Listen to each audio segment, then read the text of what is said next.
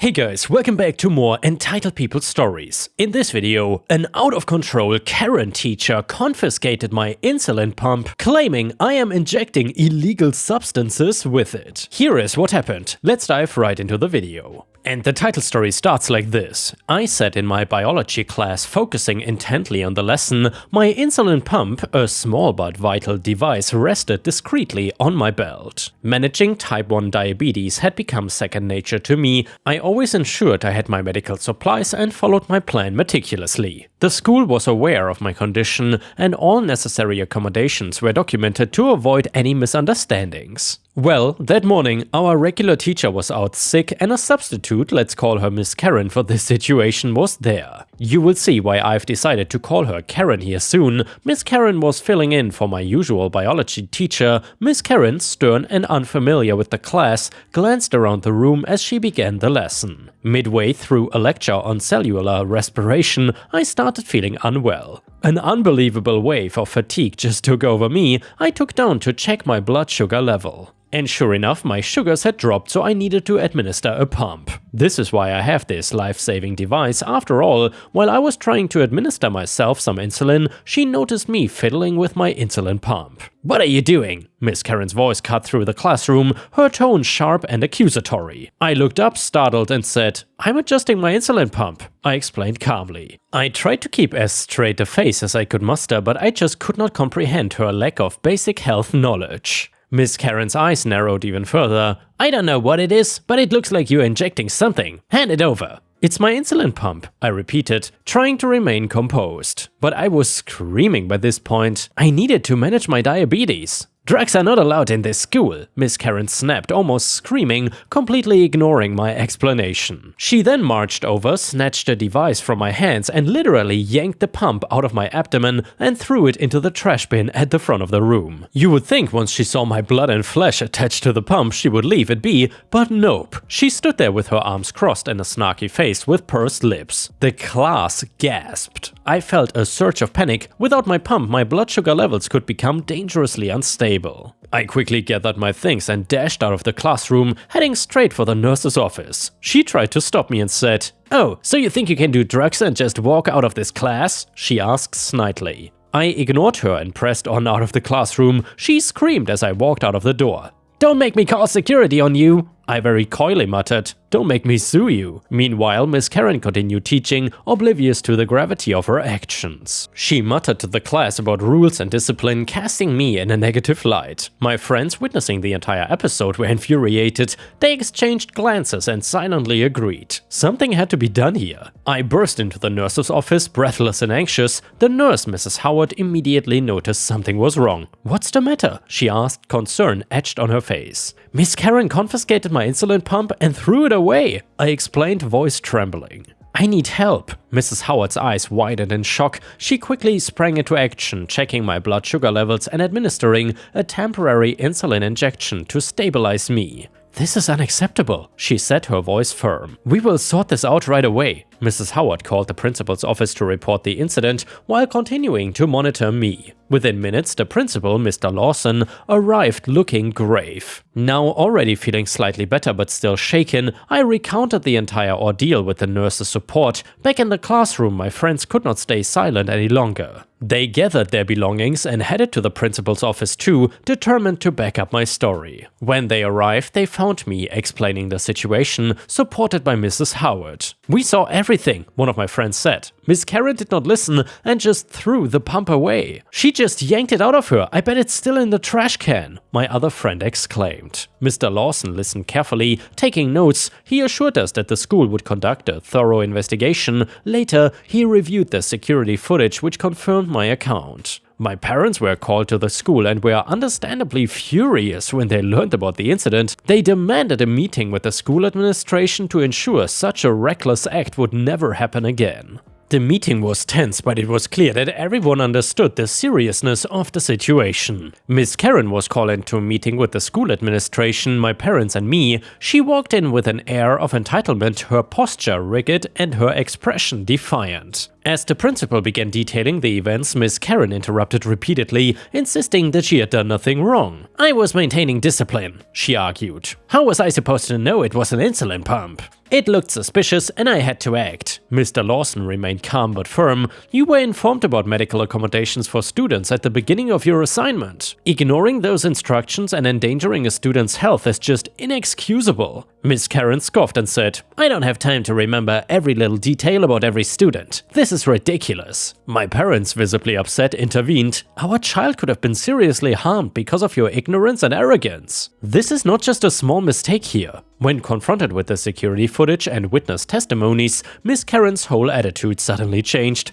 Her body language went from confident and bold to scared almost instantly. Miss Karen uncrossed her arms now lay sheepishly by her side. She even slouched her shoulders a little bit. She dropped her smirk with pursed lips. Now her mouth is wide open, with a blank expression lingering in her eyes. She went from being all arrogant to becoming super defensive. Her tone even dropped 10 decibels. She is now no longer yelling, she is speaking very softly, almost as if a whisper, but what really got me was even after all of that, she still did not show any remorse at all. Not even one sorry or any shred of accountability. Mr. Lawson even tried to set her up to apologize. "Do you have anything to say for yourself, Miss Karen?" he asked sternly. She still sat there with a blank face, looking almost confused that Mr. Lawson would even ask such a question. Mr. Lawson only let the silence fill the room for a few seconds before stating, "Nothing at all, Miss Karen, even more boldly than before. All four of us except Miss Karen looked at each other with pure shock. "Well, if you have nothing to say for yourself, Miss Karen, please leave my school. Security will escort you out and we will set an appointment to gather any belongings that are not currently in my possession. You are clearly unsafe to my students and you must leave immediately." She yelled back, "You're not the superintendent. You cannot fire me. You cannot take my only source of income away." Mr. Lawson only said, "Interesting you have words to say now," before he ushered security and the student resource officer to escort her from the campus. The school administration did not waste any time in making it crystal clear that what Karen did was absolutely not okay. She ended up getting fired for putting her students' health at risk and not following the school's rules. And guess what? The security footage didn't just show this one incident, oh no, it revealed a whole bunch of other times when Karen messed up too. She would straight up ignore students' questions, leave the classroom for way too long, and even use her phone during class. It's like she didn't care about her job at all. No wonder they fired her. Anyway, after all of this drama, the school finally stepped up and issued an official apology to me. They even started implementing new training for all the staff to make sure they know how to handle medical devices and respect students' medical needs. It was such a relief to see that they took this seriously and had my back. This whole incident taught me a really important lesson about empathy and understanding. Really, I never want any other student to have to go through what I did because of someone's ignorance, but you know what? Things actually started to change for the better after all of this. With my condition under control, the school environment became more inclusive and aware. It was like a whole new atmosphere where everyone was more understanding and supportive. It was a positive change that made a difference for everyone. So yeah, Karen may have caused a lot of trouble, but in the end the school took action and made things right. It showed me that they care about their students and are committed to creating a safe and inclusive place for all of us. And that's something I'm really grateful for. To be honest, Ripe Stars, if I would be the parent of that kid, I think I would have taken legal action against Karen. Because, I mean, it's good that the school fired her and all, but she definitely needs to get some further consequences for her actions. Let me know what you think in the comments. Either way, the next one is titled,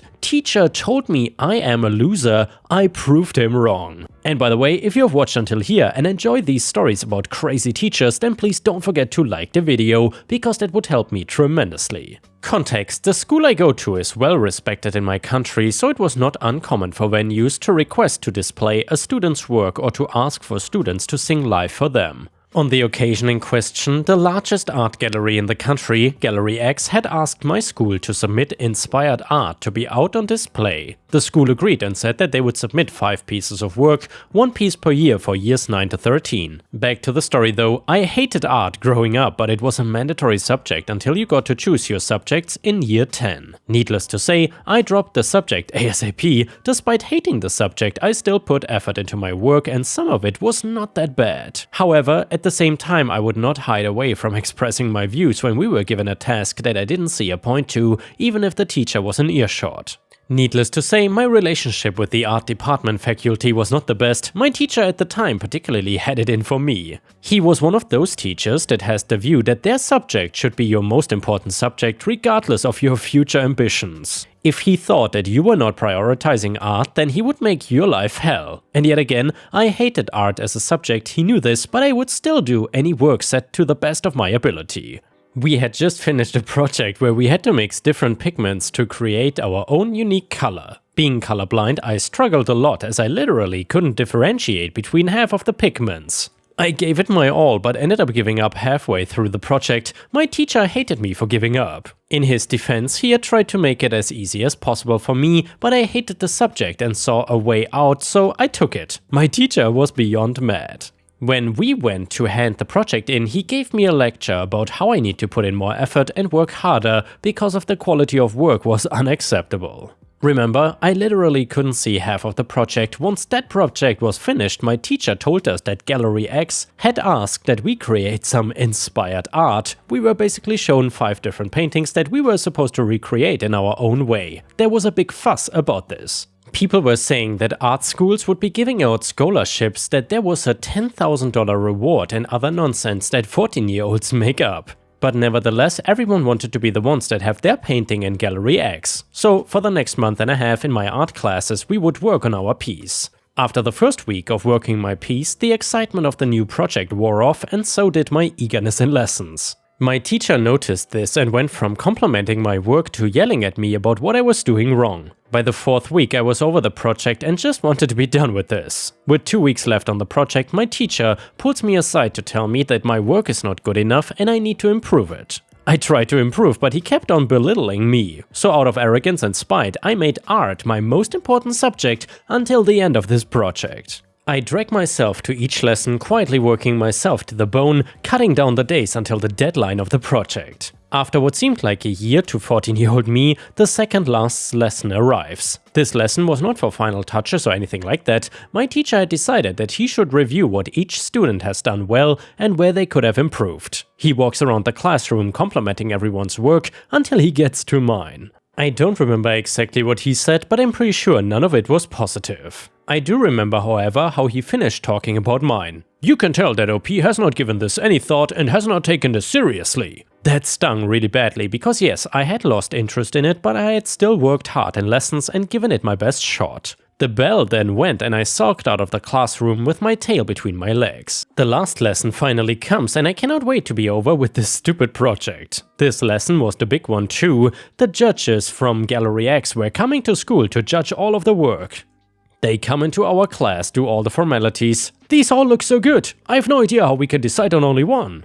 Then they start walking around the room muttering to each other. The whole class is stood silently at the back trying to hear what they are saying. They do a full lap of the room and then walk back over to my spot. I don't even notice this as I had tuned out after they'd looked at the second painting. They then ask the teacher whose work they are stood over. He looks at them almost in disbelief as he gestures to me. I snap out of my daydream and just smile politely with no idea what's going on. The judges then confer for a while, whilst my teacher and I frantically try and figure out what's going on. Finally, after about 5 minutes of mumbling, they say that they want to shortlist it to potentially be shown in Gallery X. I look at them in shock and then yet again smile politely and say thank you. I cannot begin to describe the look on my teacher's face. I don't think I've ever seen someone more confused, angry and disappointed all at the same time. My teacher then begrudgingly thanks the judges and walks them to the door. He thanks them again as they leave and then stumbles back to the class. He does not even congratulate me on my work, he just defeatedly says, "Good work everyone, as a reward I'll put on a documentary for you all to watch." And he did just that, not saying another thing until the end of class. Later on that week, I got an email from Gallery X asking for my permission to display my work, of which I happily said yes to. To sum it up, the work that he disrespected and said that no effort into was selected from 192 others, got featured in the biggest art gallery in the country. Either way, the next one is titled "Never Steal From Me." This was about 2 years ago while I was living at my buddy's place. His place was not in the best part of town, so theft happens all the time, and for the large part most of these crimes are met with a "sucks to be you" attitude from the police, who then create a report and forget anything happened entirely. Okay, so I wake up early on Thursday morning with a call from my roommate who was running to work at 5 AM, and he explains the detached garage has been broken into. The thief broke in through the window and stole a bunch of stuff, with highlights being Milwaukee drills, motorcycle jackets, and the receiver and the sub from one of those surround systems in a box packages deals, but leaves the speakers around the rest of the place. Saying I was livid is an understatement. I work hard for my things and I have no intention of replacing them, so some idiot can sell them for a very small profit. So then for roughly the next 4 days, my focus is entirely on this, and you will see why shortly. So I know the chances are slim that I will ever find my stuff, but hey, it cannot hurt to look for it on the common online sales places. I used eBay searching local sellers only, and I put alerts on Craigslist, an extremely handy feature, and I tell my roommate to keep an eye on Craigslist since he has little time. So fast forward to Friday, my roommate calls me up and tells me that he thinks he found our stuff on Craigslist. I pull up the ad, and sure as hell, there it is. This beautiful not too bright gentleman had taken all the stuff he took from us and put it into a single ad in the barter section of Craigslist. He even added the model numbers, not serial numbers, making things very easy to identify. The giveaway was this cheap surround system for which he only had the receiver and the sub, and after a quick search reveals this particular system is only sold as a package. You cannot buy the single components, so this was definitely our stuff. I then called the police thinking case closed, but guess what? They don't care that I found this stuff on Craigslist, and after about 20 minutes of complaining on the phone with non-emergency, they ask me what they want them to do. I say, send a car over here. I want to speak to someone directly. So they reluctantly sent a car with a very nice officer. She was nice, I'm sarcastic, but she was really nice,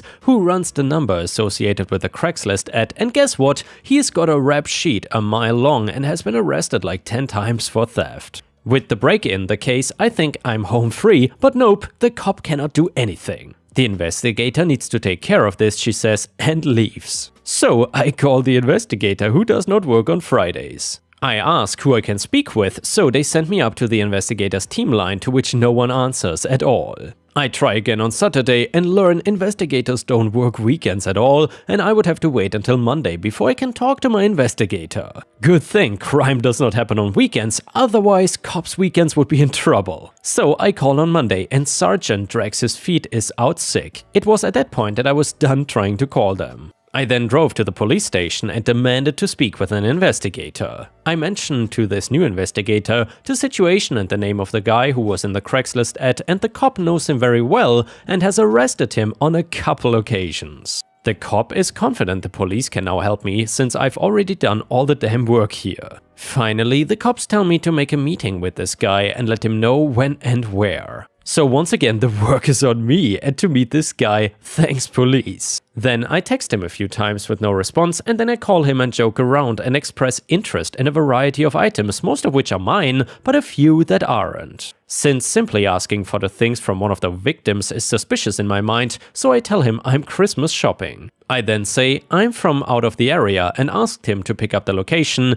and he lists off a few places, one of which is a grocery store with an eyesight of the police station, so I picked that and laughed to myself at how this is turning out. I call the cops, let them know the deal is on, when and where it is. They say they will be in an unmarked car and that I should take my wallet out as a sign to swoop in to make the arrest. So I pull into the parking lot, I see no cops, and I stop and wait. I think the guy's a no-show when he finally shows 10 minutes late. My heart is pounding at this point. I get out, meet the mastermind criminal, and shake his hand. He proceeds to pull out my stereo, then my drills and a few other odds and ends. Before I can get my wallet out, a gold Taurus speeds in and out pops 3 cops with guns drawn, and they handcuff the guy. When this happened, I just turned around and walked away for a second while they put him in the car. The lead cop asks me if this is my stuff, and I say yes, it matches the previously provided description I gave the police. All the while, the guy in handcuffs is yelling, "That's my stuff!" Finally, the cops get a warrant for his apartment to find the rest of all of our stuff and a few other people's things, and I have all my stuff back by Wednesday the following week. He received 1.5 years in a state penitentiary for his efforts. I kind of fixated sometimes, and he got unlucky by stealing from someone who just did not claim renter's insurance. And yeah guys, if you cannot get enough of my content, please don't forget to check out my podcast by searching for Ripe Stories on all major podcast platforms such as Spotify, Apple or Google Podcasts. Furthermore, you can find bonus content by going to patreon.com/ripeyoutube or by clicking the join button here on YouTube. For a small monthly fee, you will get access to dozens and dozens of exclusive videos you won't find anywhere else. Thank you so much for watching, and I hope to see you again tomorrow.